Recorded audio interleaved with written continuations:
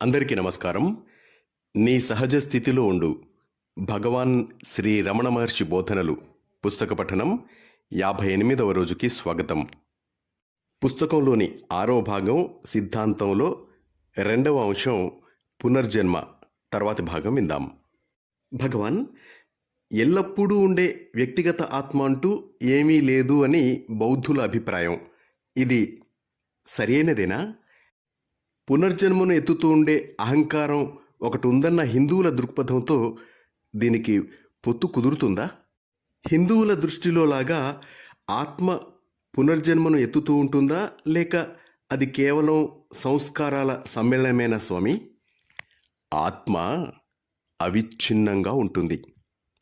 దేనివల్ల ప్రభావితం కాదది.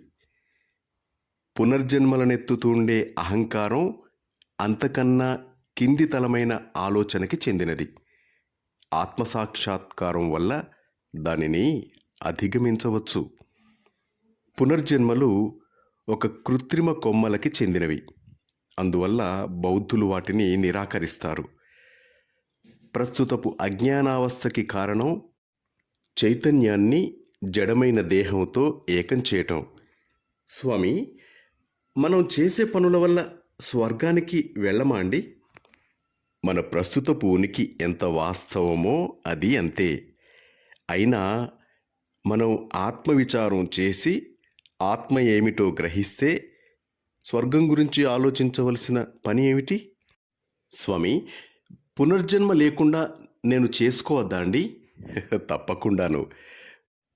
పుట్టేదెవరు, ఇప్పుడు జీవించాల్సిన అవస్థ ఎవరికుంది, ఇది తెలుసుకో.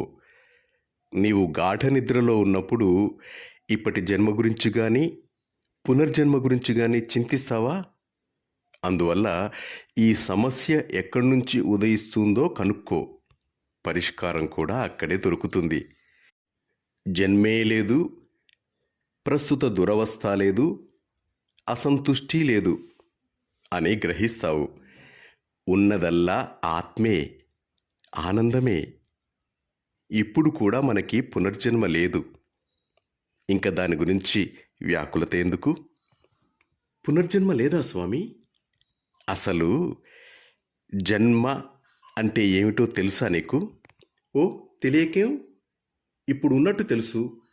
భవిష్యత్తులో కూడా ఉంటానా అని తెలుసుకోగోరుతున్నాను స్వామి. గతం, వర్తమానం, భవిష్యత్తు. స్వామి, గతించిన నిన్నటి ఫలితం నేడు, నేటికి భావి రేపు. అంటే వర్తమానానికి ఫలితం అన్నమాటే కదా?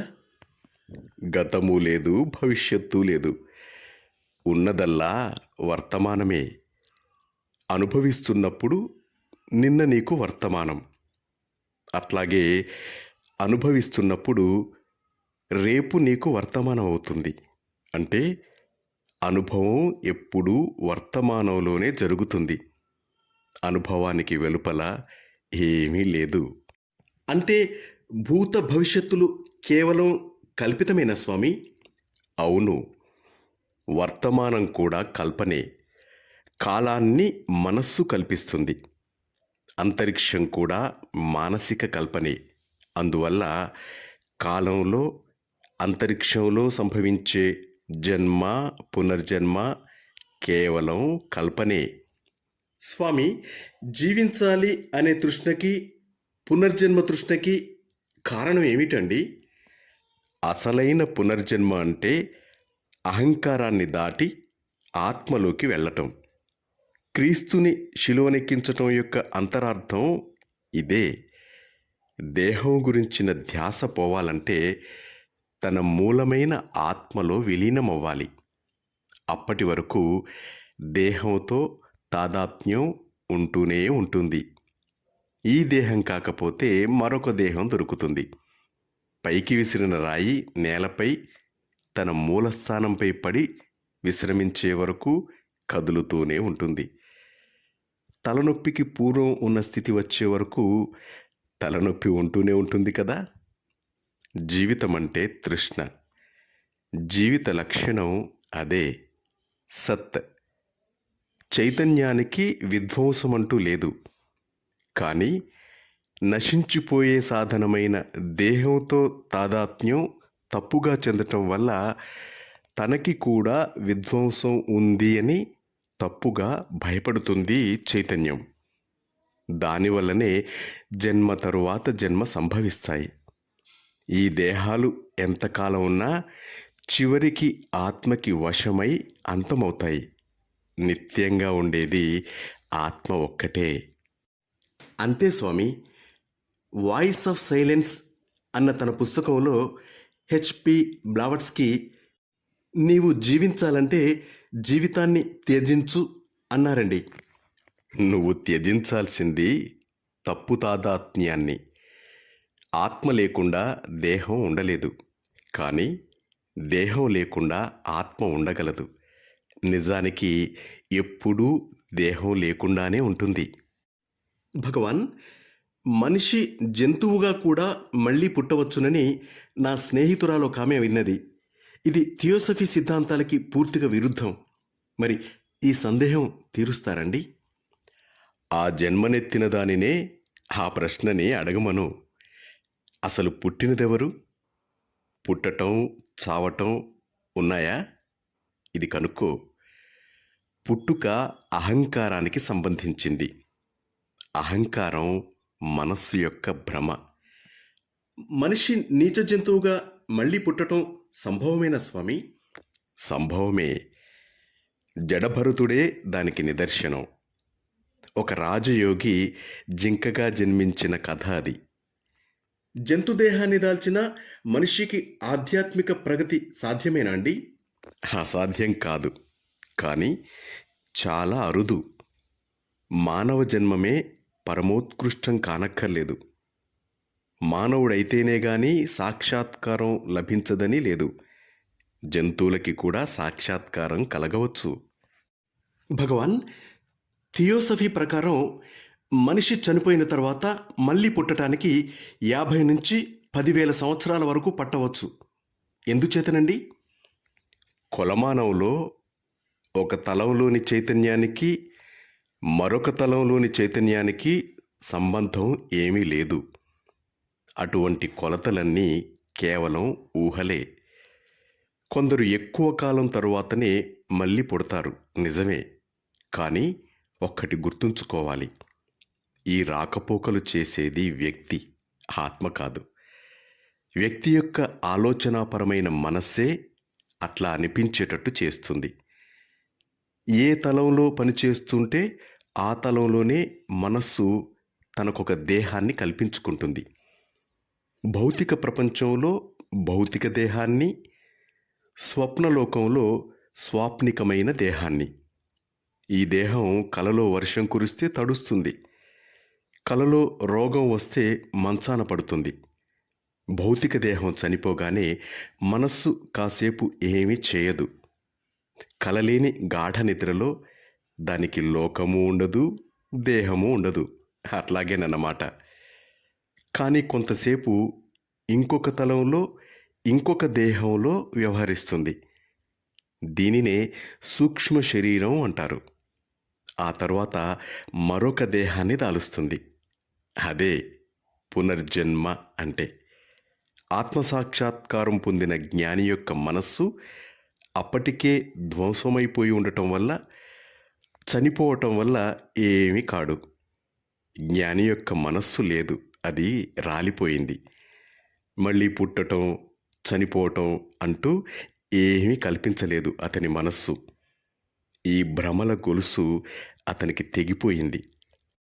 నిజమైన పుట్టుక గాని నిజమైన చావు గాని లేదని ఇప్పటికైనా స్పష్టమై ఉండాలి. ఈ విధమైన నకిలీ వాస్తవాన్ని కల్పించి నిలిపేది మనస్సే. ఆత్మసాక్షాత్కారం వల్ల అది ధ్వంసమయ్యే వరకు అట్లాగే చేస్తుంది. స్వామి, నదులు సముద్రంలో కలిసిపోయిన తర్వాత తమ అస్తిత్వాన్ని పోగొట్టుకున్నట్టు మృత్యువు వల్ల పునర్జన్మ అంటూ లేకుండా మనిషి వ్యక్తిత్వం పోదా అండి? ఆ నీళ్లే ఆవిరై కొండల మీద వర్షంగా పడి తిరిగి వచ్చిన తరువాత నదులుగా ఏర్పడి సముద్రంలో పడతాయి కదా. అట్లాగే గాఢ నిద్రలో వ్యక్తులు కూడా తమ అస్తిత్వాన్ని పోగొట్టుకున్న తమ తమ సంస్కారాల వల్ల వ్యక్తులుగా తిరిగి వస్తారు. చావు విషయంలోనూ అంతే. సంస్కారయుతమైన వ్యక్తిత్వం పోదు. అదెట్లా స్వామి? చెట్టు యొక్క కొమ్మలని కొట్టివేసినా మళ్ళీ ఎట్లా ఎదుగుతుందో గమనించు. చెట్టు యొక్క వేళ్ళు పాడవనంత కాలం చెట్టు ఎదుగుతూనే ఉంటుంది. అట్లాగే అప్పటికే హృదయంలో ఇంకా చావని సంస్కారాలు సమయం వచ్చినప్పుడు పునర్జన్మని కలిగిస్తాయి. జీవులు పుట్టేది ఇట్లాగే. స్వామి, హృదయంలో ఇంకిపోయిన ఆ సూక్ష్మమైన సంస్కారాల నుండి అసంఖ్యాకమైన జీవులు అవి సృష్టించే లోకము ఎట్లా చిగురుస్తాయి? ఒక చిన్న విత్తు నుండి మర్రి చెట్టు పుట్టినట్టే నామరూపాలు గల విశ్వం, జీవులు కూడా ఆ సూక్ష్మమైన సంస్కారాల నుంచే చిగురిస్తాయి. భగవాన్, జీవుడు ఒక శరీరం నుంచి మరొక శరీరానికి ఎట్లా మారుతాడు? మనిషి చనిపోవనున్నప్పుడు యగశ్వాస మొదలవుతుంది. అంటే చనిపోవనున్న శరీరం అంటే మనిషికి స్మారకం ఉండదన్నమాట. వెంటనే మనస్సు ఇంకొక దేహాన్ని పట్టుకుంటుంది. రెండింటి మధ్య ఊగిసలాడుతుంది. రెండవ దేహాన్ని గట్టిగా పట్టుకునే వరకు ఇది సాగుతుంది. ఈలోగా శ్వాస గట్టిగా పీలవటం జరుగుతూ ఉంటుంది. అంటే చనిపోవనున్న శరీరం వైపు మనస్సు మళ్ళుతుందన్నమాట. ఈ మార్పిడి జరుగుతున్న మానసిక అవస్థ కలవంటిది. చావుకి మళ్ళీ పుట్టడానికి నడుమ ఎంతకాలం గడుస్తుంది స్వామి? ఎక్కువ కావచ్చు, తక్కువ కావచ్చు. జ్ఞానికి అటువంటి మార్పులేమీ కావు. అతను విశ్వచైతన్యంలో విలీనమైపోతాడు. చనిపోయిన తరువాత కాంతి పదంలోనికి వెళ్ళిన వారు మళ్ళీ పుట్టరని, అంధకారంలోకి వెళ్ళిన వాళ్ళు సూక్ష్మ శరీరంలో కర్మఫలాన్ని అనుభవించి మళ్ళీ పుడతారని కొందరంటారు. పాపం, పుణ్యం సరిసమానంగా ఉన్నవాళ్ళు మళ్ళీ ఇక్కడే పుడతారని కొందరంటారు. పాపం కంటే పుణ్యమే ఎక్కువ ఉంటే సూక్ష్మ శరీరం స్వర్గానికి వెళ్ళి ఆ తరువాత భూమి మీద మళ్ళీ పుడతారంటారు. పుణ్యం కన్నా పాపం ఎక్కువ గల వాళ్ళు నరకానికి వెళ్ళి ఆ తరువాత ఇక్కడ మళ్ళీ పుడతారు అంటారు. యోగభ్రష్టుని గతి ఇంతే. వీటినన్నిటినీ శాస్త్రాలలో వివరించారు. కానీ నిజానికి చావు లేదు, పుట్టుక లేదు. నిజ స్వరూపంలోనే ఎప్పుడూ ఉంటాము. అదొక్కటే సత్యం. ఇదంతా గందరగోళంగా ఉంది నాకు. అయితే పుట్టుక, పునర్జన్మ కూడా చివరికి మిథ్యేనా స్వామి? జన్మ అంటూ ఉంటేనే పునర్జన్మ, పునర్జన్మలు కూడా ఉండాలి. నీకు ఈ జన్మ ఎట్లా కలిగింది? ఎందుకు కలిగింది? ఈ కారణాల చేతనే నీకు మళ్ళీ జన్మలు ఉండాలి. కానీ పుట్టినదెవరు? ఈ పుట్టుక, చావు నీకేనా లేక నీకు భిన్నమైన మరొకరికా అని కనుగొంటే సత్యాన్ని గ్రహిస్తావు. ఆ సత్యము అన్ని కర్మలను దగ్ధం చేస్తుంది. జన్మల నుంచి విముక్తిని చేస్తుంది. కొన్ని జన్మలకి గానిపోని సంచిత కర్మ అంతా ఒక్క త్రుటిలో జ్ఞానకణం వల్ల ఎట్లా మాయమవుతుందో శాస్త్రాలు వివరిస్తాయి. అంటే కొండంత మందుగుండు ఒక్క నిప్పు కణంతో పేలిపోయినట్టన్నమాట. ఈ ప్రపంచానికి అసంఖ్యాకమైన శాస్త్ర పరిశోధనలకి కారణం అహంకారమే. ఆత్మవిచారం వల్ల అహంకారం పోతే ఇదంతా కూలిపోతుంది. అప్పుడు మిగిలేదల్లా ఆత్మ యొక్క సత్యమే. అంటే నేను పుట్టనే లేదంటారా స్వామి? అవును. ఇప్పుడు నీవు దేహానివి అని అనుకొని దానికి కలిగే చావు పుట్టుకలు నీవేనని భ్రమపడుతున్నావు. కానీ నీవు దేహానివి కావు. నీకు జనన మరణాలు లేవు. అంటే పునర్జన్మ సిద్ధాంతాన్ని మీరు బలపరచరా స్వామి? బలపరచను. పైగా నువ్వు మళ్ళీ పుడతాను అనుకునే భావాన్ని తొలగించాలనే నా ఉద్దేశం. మళ్ళీ పుడతానని అనుకునేది నీవే. ఈ ప్రశ్న ఎవరికి ఉదయిస్తుందో గమనించు. ఆ పృచ్ఛకుడిని కనుగొంటేనే తప్ప ఇటువంటి ప్రశ్నలకి అంతిమ సమాధానం దొరకదు.